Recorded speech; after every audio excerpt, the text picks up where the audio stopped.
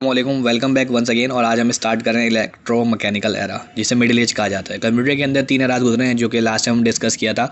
और mechanical era जो कि जिसको डार्क एज कहा जाता था, जो कि हम पूरे तरीके से डिस्कस कर चुके थे, क्योंकि यहाँ पे बेबिज डिफरेंस इंजन और बेबिज एनालिटिकल इंजन के बारे में मैं आपको बता चुका था और ये इसकी पिक्चर आपके सामने मौजूद है।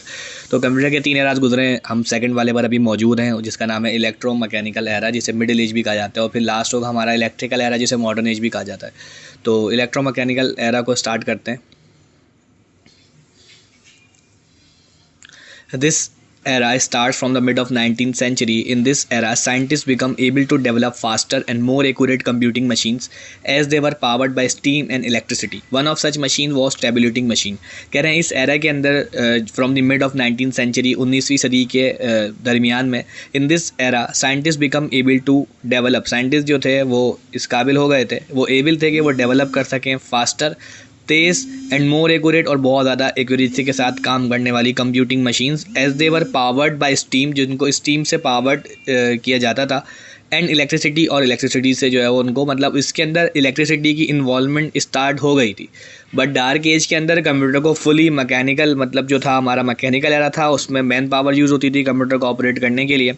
लेकिन जब इलेक्ट्रोमैकेनिकल एरा आया तो इलेक्ट्रिसिटी और जो आपकी मशीन्स थी, जो मैकेनिक्स थी, उनकी इन्वॉल्वमेंट स्टार्ट हो गई थी। मतलब इसके अंदर कंप्यूटर के अंदर जो इलेक्ट्रिसिटी की इन्वॉल्वमेंट आई थी वो मिडिल एज से आई थी, जिसे हम इलेक्ट्रोमैकेनिकल एरा भी कह सकते हैं। One of such machine was tabulating machine. उनमें से जो मशीन उन्होंने बनाई थी, जो उनकी स्टीम से और इलेक्ट्रिसिटी से पावर दी जाती थी उनको, जो कि वहाँ के उस दौर के साइंटिस्ट थे, जो मशीन जो है वो डेवलप की थी उन्होंने, फास्टर भी थी और मोर एक्यूरेट भी थी। किससे? As compare to mechanical era. मतलब जो डार्क एज की मशीन से अगर उनका कंपैरिजन किया जाए मिडिल एज की मशीन से, कंप्यूटिंग मशीन से, तो वो ज़्यादा फास्टर थी और बहुत ज़्यादा एक्यूरेसी के साथ काम करती थी और एक्यूरेट भी थी। मतलब काम में एरर नहीं आता था, काम गलत नहीं होता था। उनमें से एक मशीन कह रहे हैं one of such machine was tabulating machine.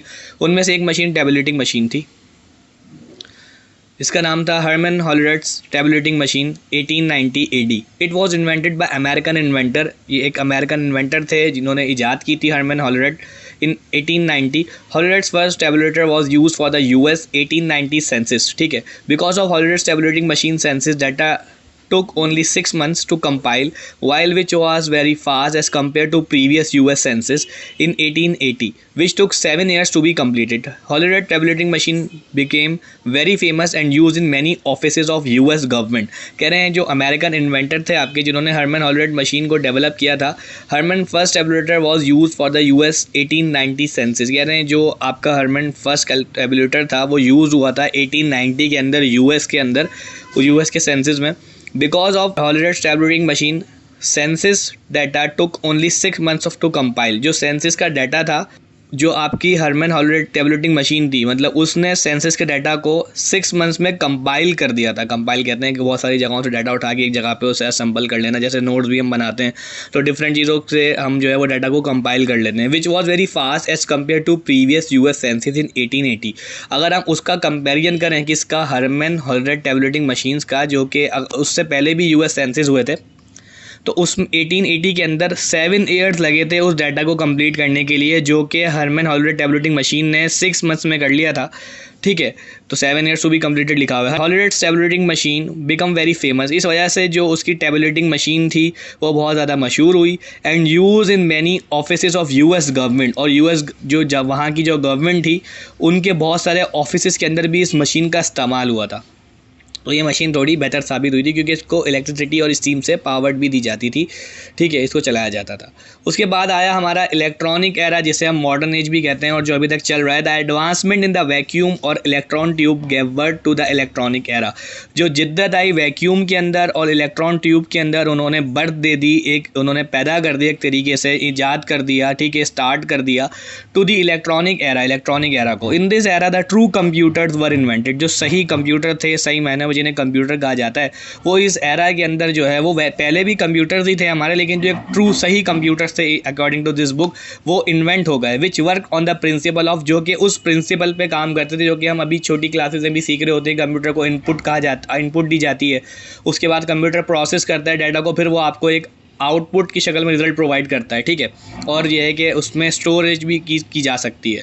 तो कह रहे हैं जो ट्रू कंप्यूटर्स थे वो इलेक्ट्रॉनिक एरा के अंदर डेवलप हो चुके थे ये इस एरा ने किस में एडवांसमेंट आई थी, वैक्यूम के अंदर और इलेक्ट्रॉन ट्यूब के अंदर, ठीक है। और कह रहे हैं in this era the true computer were invented which work on the principle, वो उस कानून के तहत काम करते थे ऑफ इनपुट दी जाती थी, स्टोर भी किया सकता था, प्रोसेस होता था, एंड आउटपुट।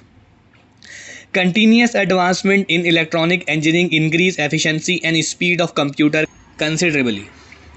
कह रहे हैं कंटिन्यूस एडवांसमेंट, ये मुस्तकिल जो है वो जिद्दत आ गई थी इलेक्ट्रॉनिक इंजीनियरिंग के अंदर।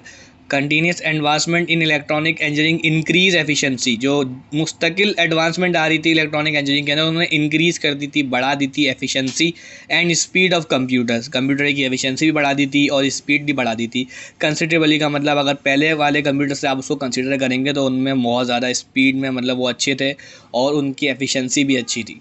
The electronic era may be categorized in generations on the basis of core technology used to build computers। कह रहे हैं इलेक्ट्रॉनिक एरा को कैटेगराइज किया गया है, क्लासेस बनाई गई हैं इसकी जनरेशन्स के हिसाब से। जो इलेक्ट्रॉनिक एरा आया उसमें ना जनरेशन्स के हिसाब से उसकी क्लासेस बना दी हैं कि जब स्टार्ट हुआ तो उसको फर्स्ट जनरेशन का नाम दिया, फिर उसमें डेवलपमेंट आती गई तो फिर सेकंड जनरेशन स्टार्ट हो गई उसकी, फिर थर्ड जनरेशन स्टार्ट हो गई, फिर फोर्थ जनरेशन स्टार्ट हो गई। तो अब हम डिस्कस करेंगे फर्स्ट जनरेशन ऑफ कंप्यूटर्स के बारे में। 1940 से 1956 तक जो है वो जनरेशन रही जो हमारी फर्स्ट जनरेशन थी। हम किस तरह से हम जो है वो इलेक्ट्रिकल एरा के बारे में पढ़ रहे हैं जिसे मॉडर्न एज भी कहा जाता है, और इस एरा को जनरेशन्स के अंदर कैटेगराइज किया गया है, क्लासीफाई किया गया है, जिसकी पहली टाइप हम पढ़ने जा रहे हैं जिसका नाम था first generation of computers. First generation में कंप्यूटर्स कैसे आए थे और ये जनरेशन स्टार्ट हुई थी 1940 से और 1956 तक जो है वो ये मौजूद रही। बेस्ड ऑन वैक्यूम ट्यूब्स, जो कि बेस करती थी वैक्यूम ट्यूब्स के ऊपर। आपके सामने पिक्चर के स्क्रीन के साथ पिक्चर भी शो हो रही है वैक्यूम ट्यूब्स की। First generation computers were very large in size. जो पहले ज़माने के फर्स्ट जनरेशन के जो कंप्यूटर्स थे वो बहुत ज़्यादा साइज़ में बड़े थे। This generation computers use machine language. इस तरह के जो कंप्यूटर्स थे वो मशीन लैंग्वेज को इस्तेमाल करने लग गए थे, जो मुश्तमिल थी, कंसिस्ट करती थी ज़ीरोज़ और वन की फॉर्म में या वंस और ज़ीरोज़ की फॉर्म में। Magnetic drums were used in as primary internal storage medium and punch card for input। कहने जो मैग्नेटिक ड्रम्स थे उसको जो है यूज़ किया जाता था, जो आपकी स्टोरेज थी internal storage, primary internal storage जो थी उसके तहत उसको जो है वो यूज़ किया जाता था। किसको? मैग्नेटिक ड्रम्स को यूज़ किया जाता था स्टोरेज के लिए। And punch card for input, और पंच कार्ड को जो है वो इनपुट देने के लिए इस्तेमाल किया जाता था। In this generation mainly batch processing operating system was use. इस जनरेशन के अंदर बैच प्रोसेसिंग ऑपरेटिंग सिस्टम भी इस्तेमाल हुआ। Computer of this generation were primary use for scientific and research purposes. Computer जो थे इस जनरेशन के वो बुनियादी तौर पे साइंटिफिक और रिसर्च पर्पस के लिए इस्तेमाल हुए। मतलब साइंटिफिक कॉम्प्लेक्स कैलकुलेशंस को भी शायद सॉल्व किया जा सकता था। एंड रिसर्च पर्पसेस का मतलब ये था कि जब आप किसी भी चीज़ के ऊपर रिसर्च करते थे तो उन कंप्यूटर्स का सहारा ले सकते थे। Electronical numerical integrator and calculator ENIAC, universal automatic computer UNIVAC are examples of first generation computers. इस जनरेशन के अंदर जो अच्छे कंप्यूटर्स थे इन्हें ENIAC और UNIVAC कहा गया था, जिनकी फुल फॉर्म थी ENIAC की फुल फॉर्म थी electronic numerical integrator and calculator, और UNIVAC की फुल फॉर्म थी universal automatic computer are examples of first generation. ये फर्स्ट जनरेशन की एग्जाम्पल्स हैं। मूव ऑन करते हैं सेकंड जनरेशन के ऊपर, ठीक है जी।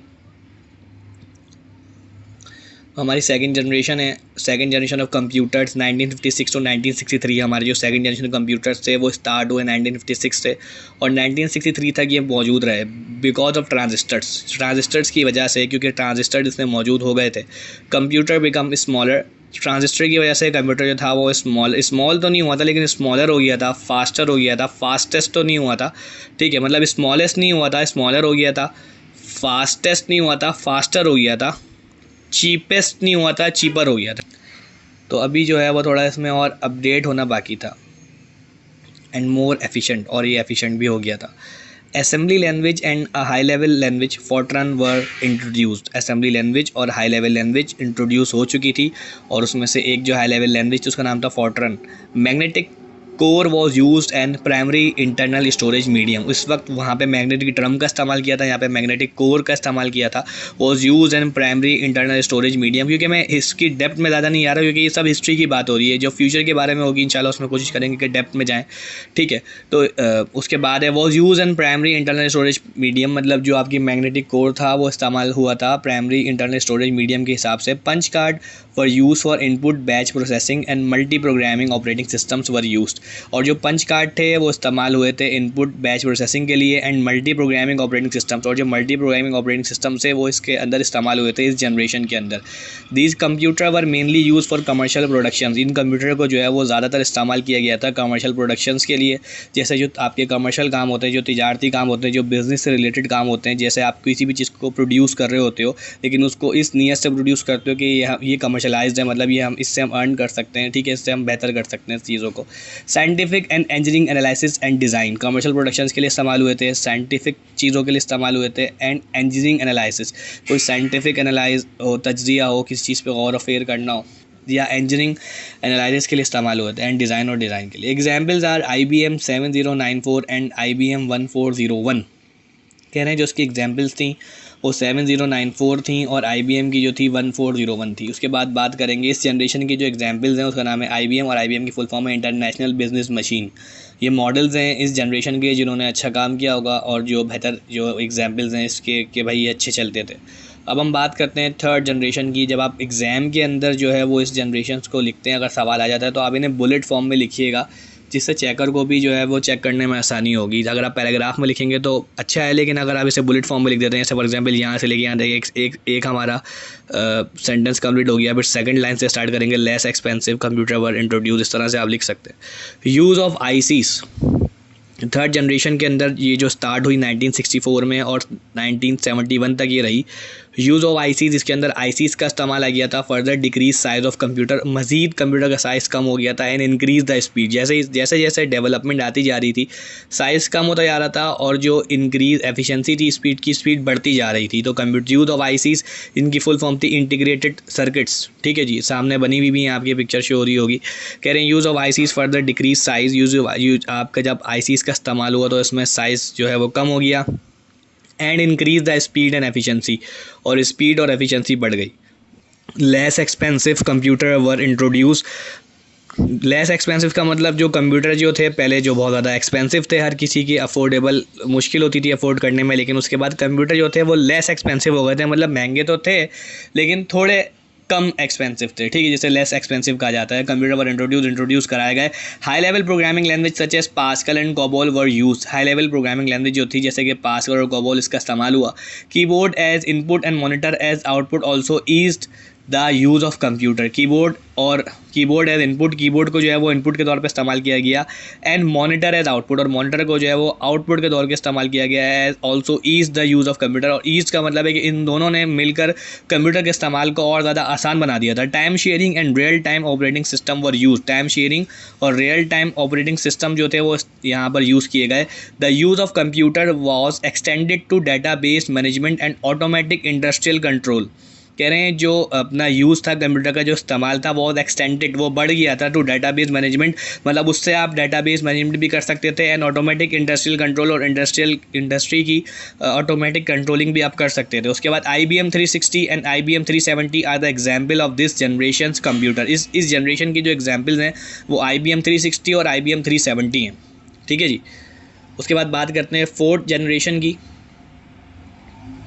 Fourth generation of computer 1971 to present, ये कह रहे हैं फोर्थ जनरेशन ऑफ कंप्यूटर जो थी वो 1971 से स्टार्ट हुई और आज तक मौजूद है। प्रेजेंट का मतलब आज तक मौजूद है। The invention of micro processor, सबसे पहले वैक्यूम ट्यूब के बाद फिर क्या आया अपना ट्रांजिस्टर्स के बाद फिर क्या आई आईसीज के बाद फिर क्या आ गए माइक्रो प्रोसेसर आ गए थे, ठीक है, जिसे कंप्यूटर का ब्रेन भी कहा जाता है, जिसे CPU भी कहा जाता है, और जिसके 3 यूनिट्स होते हैं, ALU arithmetic logic unit, CU control unit and MU memory unit. The invention of micro processor was revolutionary which cause the development of faster, less expensive, smaller and more reliable computers. कह रहे जो invention थी micro processors की, उन्होंने जो है वो चीज़ों को एकदम बिल्कुल ही बदल दिया था और बिल्कुल अपडेट कर दिया था। Which cause the development of faster, जो वजह बनी किस चीज़ की, डेवलपमेंट ऑफ फास्टर, मतलब वो कंप्यूटर फास्टर हो गए थे, लेस एक्सपेंसिव और ज़्यादा सस्ते हो गए थे, ज़्यादा एक्सपेंसिव नहीं थे, स्मॉलर हो गए थे एंड मोर रिलायबल, और काबिल एतमाद हो गए थे कंप्यूटर, जिन पे जो है वो रिलायबल थे, मतलब लॉन्ग लास्टिंग चलने वाले थे। दे यूज सेमीकंडक्टर मेमोरीज, उन्होंने सेमीकंडक्टर मेमोरीज को यूज़ करा। RAM and ROM and magnetic storage became popular. RAM ROM का जो है वो यहाँ पे कॉन्सेप्ट लेकर आया। रैम की फुल फॉर्म होती है रैंडम एक्सेस मेमोरी, जिसे रैंडम एक्सेस मेमोरी भी कहा जाता है, एंड रोम की फुल फॉर्म होती है रीड ऑनली मेमोरी, ठीक है, इन दोनों का कॉन्सेप्ट लेकर आया। And magnetic storage became popular, और जो मैग्नेटिक स्टोरेज थी वो और ज़्यादा पॉपुलर हुई। मोर हाई लेवल लैंग्वेजेस वर इंट्रोड्यूस लाइक C++, जावा एक्सेट्रा। इसके अंदर इस वाली जनरेशन के अंदर आपकी और हाई लेवल लैंग्वेजेस प्रोड्यूस हुई, जैसे कि C++ और जावा स्क्रिप्ट।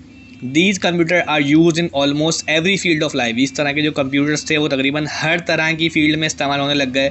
लाइक स्पेस एप्लीकेशन बनानी हो तब भी आप इन कंप्यूटर्स का सहारा ले सकते हो, जिसके अंदर माइक्रो प्रोसेसर की चिप लगी हुई थी। बिजनेस के अंदर भी एंड आर्ट वर्क के अंदर भी, ठीक है जी। उसके बाद कंप्यूटर ने अपनी जगह बनाना हर फील्ड में जो है वो स्टार्ट कर दी थी। उसके बाद ये आगे और थोड़ी कंटिन्यू है, 4th जनरेशन चलें, इसे भी पढ़ लेते हैं। Time sharing and real time and distributed operating system are use. Time sharing and real time और डिस्ट्रीब्यूटेड ऑपरेटिंग सिस्टम इस जनरेशन के अंदर यूज़ हुए।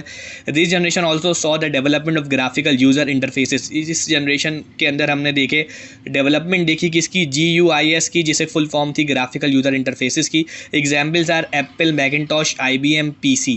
जो एग्जाम्पल्स हैं इस जनरेशन की वो एप्पल है, मैकिनटॉश है और IBM है और PC, IBM PC जिसे कहा जाता था। उसके बाद बात करते हैं 5th generation of computer, present और बियॉन्ड। जो था आपकी जो 5th जनरेशन ऑफ कंप्यूटर्स थी, जो कि अभी भी हैं और आगे वाले वक्तों में भी ये रहेगी। इसके बारे में आर्टिफिशियल इंटेलिजेंस बहुत ज़्यादा इंपॉर्टेंट चीज़ है ये, और इसमें बहुत डेवलपमेंट आ गई है। इसके बारे में थोड़ी डिटेल में बात करते हैं। अब तो ऐसी चीज़ें आ गई हैं, चैटबॉट भी आ गया है, जिसमें आप ऐसी वेबसाइट्स भी आ गई हैं जिसमें आप सिर्फ लिख दें कि टाइप करें मुझे एक लेटर टाइप करना है, लीव के लिए लेटर टाइप करना है, या अगर आप एक ऑफिस वर्कर हैं तो आप मतलब छुट्टी का लेटर टाइप कर सकते हैं बॉस को, तो वो ऑटोमेटिकली मसनूई ज़हानत जिसे कहा जाता है, आर्टिफिशियल इंटेलिजेंस को, वो ऑटोमेटिकली आपके बिहाफ पर लेटर टाइप कर देगा। आपकी वेबसाइट में अगर बग्स आ रहे हैं तो वो एलिमिनेट करके दे देगा। आपको किसी चीज़ की पिक्चर क्रिएट करनी जो कि कभी मौजूद ही नहीं है नेट के ऊपर, तो वो बना कर दे देगा। मुख्तलिफ चीज़ों के लिए मुख्तलिफ टाइम सेव आपका कर रहा है ये आर्टिफिशियल इंटेलिजेंस, और ये बहुत ज़्यादा इंपॉर्टेंट है। इसके बहुत ज़्यादा फ़ायदे भी हैं, बहुत ज़्यादा नुकसानात भी है। टेक्नोलॉजी जब भी आती है बेटा तो उसके फ़ायदे भी बहुत ज़्यादा होते हैं, दोनों चीज़ें होती हैं। एडवांटेजेस भी बहुत ज़्यादा होते हैं और डिसएडवांटेजेस भी बहुत ज़्यादा होते हैं। ये आप पे डिपेंड करता है कि आप उससे एडवांटेज लेते हो कि डिसएडवांटेज लेके साइड हो जाते हो। 5th generation computing devices are still being develop. कह रहे हैं 5th जनरेशन कंप्यूटिंग डिवाइसेज जो हैं वो अभी तक जो हैं वो डेवलप हुई। In this generation computer will be capable of self learning. इस जनरेशन के अंदर कंप्यूटर इस काबिल हो गया था कि वो खुद से लर्न कर सके। जैसे सेल्फ स्टडी हम कहते हैं, घर पे बच्चे पढ़ते हैं, खुद से भी पढ़ने की कोशिश करते हो आप लोग। कभी कभी बड़े हो जाते हैं, यूनिवर्सिटी में चले जाते हैं, तो हम खुद से जो है वो केस स्टडीज़ कर रहे होते हैं और मुख्तलिफ चीज़ों के ऊपर काम कर रहे होते हैं, बिजनेस रिपोर्ट बना रहे होते हैं, और जो आपकी फील्ड है उसके थ्रू आप असाइनमेंट्स और मुख्तलिफ चीज़ें आप कर रहे होते हैं, ठीक है। तो कंप्यूटर को भी जो मसनूई ज़हानत थी, इंसान जैसे खुद से खुद चीज़ों को करता है और न्यू चीज़ें आइडियाज़ जनरेट होते चले जाते हैं, तो कंप्यूटर में भी AI जो आ गया था, जो कि आपके मोबाइल के बोर्ड्स के ऊपर भी होता है। जैसे आप पिक्चर लेते हो, अगर आपके चेहरे पे डॉट है या कोई पिंपल वगैरह भी है, तो वो जो ऑटोमेटिकली AI आपके कैमरे में इंस्टॉल्ड होती है, तो कैमरा जो है वो आपका फेस क्लीन दिखाता है। इस तरीके से कंप्यूटर को इस काबिल बना दिया था इस जनरेशन ने कि कंप्यूटर सेल्फ लर्निंग कर सके, रीज़न दे सके एंड जनरलाइजेशन कर सके। दीज कंप्यूटर्स आर और controlled machines like robot will also be able to process human languages. ये कंप्यूटर ऐसे थे, दीज कंप्यूटर्स और कंट्रोल मशीन्स आप जिसे कह लो, लाइक रोबोट, जैसे कि ये कंट्रोलेबल मशीन्स थी जिसे आप कंट्रोल भी कर सकते थे। जैसे robots will also be able to process human languages. जो रोबोट था वो इस काबिल था कि वो ह्यूमन लैंग्वेज को प्रोसेस कर सके। The branches of AI include, जो ब्रांचेज जो शाखें निकल कर आई AI की आर्टिफिशियल इंटेलिजेंस की, वो थी machine learning, deep learning, natural language processing, robotics and expert systems. If you want to get your career good, so you can start with these fields. अगर आप स्टार्ट करना चाहते हैं, अपने कैरियर को अच्छा करना चाहते हैं, तो आप इन फील्ड से स्टार्ट कर सकते हैं। ये न्यू फील्ड्स हैं, इसमें जो है वो मार्केट सेचुरेशन कम मिलेगी आपको as compare to old fields, मतलब डॉक्टर, इंजीनियर और जो डिफरेंट चीज़ें आपकी जो एक सखावत चली आ रही है वो तो लोग करते ही हैं। तो आप चाहें तो जो न्यू जनरेशन है वो स्टार्ट कर सकते हैं मशीन लर्निंग से, डीप लर्निंग से, नेचुरल लैंग्वेज प्रोसेसिंग से, रोबोटिक्स से एंड एक्सपर्ट सिस्टम्स, ठीक है जी। तो ये 5th जनरेशन ऑफ कंप्यूटर्स था। हमारे पास जनरेशन्स कंप्लीट हो गई और हम आगे बात करेंगे क्लासिफिकेशन ऑफ कंप्यूटर्स की। नेक्स्ट वीडियो में मुलाकात करेंगे इंशाल्लाह। अल्लाह हाफ़िज़।